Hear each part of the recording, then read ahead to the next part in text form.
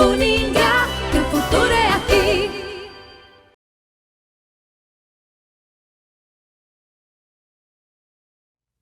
Estamos de volta aqui, diretamente do simpósio Bioinsumos na Agricultura.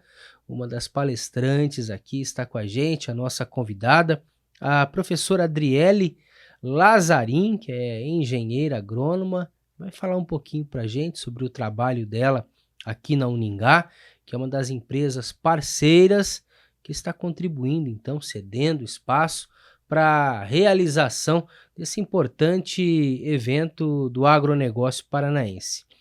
Professora, seja bem-vinda aqui ao nosso podcast. Fala um pouquinho para a gente sobre o seu trabalho aqui dentro da instituição. Então, olá, né? Obrigada pelo convite. Então, eu sou professora aqui na instituição. Eu trabalho com as disciplinas de microbiologia e fitopatologia. Sou engenheira agrônoma, mestre em proteção de plantas. E aqui a gente trabalha com diversos experimentos voltados para a melhoria da microbiota do solo. Então, a gente utiliza micro-organismos, né? E observa, inclusive, o desenvolvimento deles no fator de controle de doenças também. Há quanto tempo que você ministra aulas aqui e para quais turmas? Aqui na instituição faz 3 anos que eu estou como professora efetiva e eu ministro aulas para as turmas do 2º, 3º e para o 4º ano. Aulas do quê? Aulas de microbiologia, onde a gente observa, né, os micro-organismos, como que são suas estruturas, suas eficiências, seu potencial na agricultura. E as aulas de fitopatologia, que é onde a gente aborda os patógenos, né, que já não são aqueles micro-organismos benéficos, e sim aqueles que geram danos na agricultura.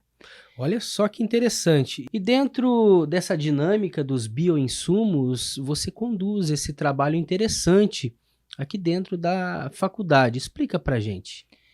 Então, é que a gente fala muitas vezes no processo de captura de micro-organismos, né, eficiente no meio natural onde eles se encontram. Então, tem vários processos que fazem essa captura. Então, muitas vezes o produtor ele captura e ele não sabe muito bem quem é benéfico, quem é maléfico, como que funciona essa identificação. Um dos processos que a gente faz aqui é visualizar quando são bactérias e quando são fungos. Então, se eu tenho estruturas cotonosas, parece pequenos algodões, né, ali nesses micro-organismos ali presentes, então são as estruturas que a gente chama de hifa, aí são os fungos. E nós temos a bactéria, que em algumas delas, quando são maléficas principalmente, elas têm uns odores desagradáveis, e elas parecem como se fossem pústulas, né? Elas são mais estruturas mais aquosas. Então, essas são a diferença entre os micro-organismos. Aí entra um outro ponto, que é a coloração. Quando Inclusive tá aí. Sim, aqui nós temos uma diferença, né, entre um fungo, por exemplo, e uma bactéria.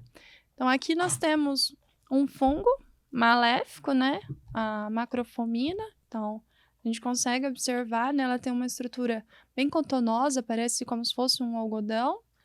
E aqui é um dos micro-organismos de extrema importância para a parte da fitopatologia. Ele é muito maléfico e agressivo nas culturas. E aqui nós temos o bacillus, que é uma bactéria de extrema importância para fazer controle, né? Então, elas são pequenas pústulas, né? Que a gente consegue observar, estruturas mais aquosas. São quase invisíveis, né? Aqui nas placas de Petri, elas são quase invisíveis. Então, quando a gente faz essas capturas, a gente tem dificuldade de saber quem é benéfico e quem é maléfico. Então, a gente precisa de trazer para um laboratório e fazer toda a identificação deles, para verificar quem é benéfico, que eu posso utilizar em benefício da agricultura, e os que são maléficos, para que então eu busque formas de controle. E quando eu trago para o laboratório, existem 2 processos para mim fazer essa extração e observar se são. Um que são os meios de culturas, né, que a gente utiliza, que são sólidos, que é onde eu coloco tanto bactérias quanto fungos para crescer. Aí eu vou observar a formação da colônia, a cor desse micro-organismo, a esporulação, vou identificar. E o outro, que é um meio de cultura líquido, que esse meio de cultura líquido é onde que eu vou saber que atividade esse micro-organismo desenvolve, qual enzima que ele está relacionado, se ele tem processo com amilase, né? Quais são as atividades que ele pode fazer, processo de respiração dele, como que ele faz todas as atividades. Então eu faço Esse outro esses aqui dá pra processos. gente visualizar bem também. Isso. Esse é um fungo. Esse daqui é um outro fungo.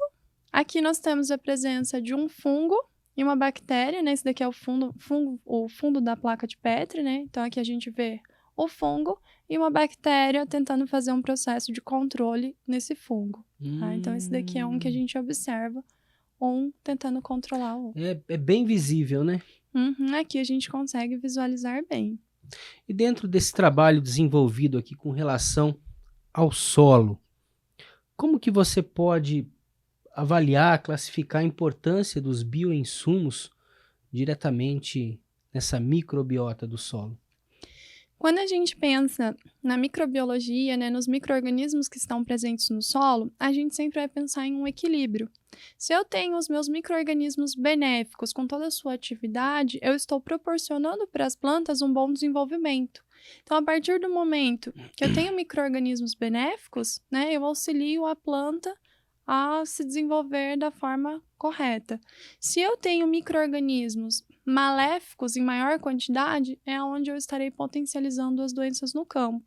E os micro-organismos, eles atuam como um todo no solo. Vão auxiliar na questão de captar nutrientes e disponibilizar para a planta, vão auxiliar na porosidade desse solo, nas trocas gasosas, vão fazer várias atividades ali que proporcionam melhoria na questão do solo, que vai, né, relacionar com a produtividade na planta também.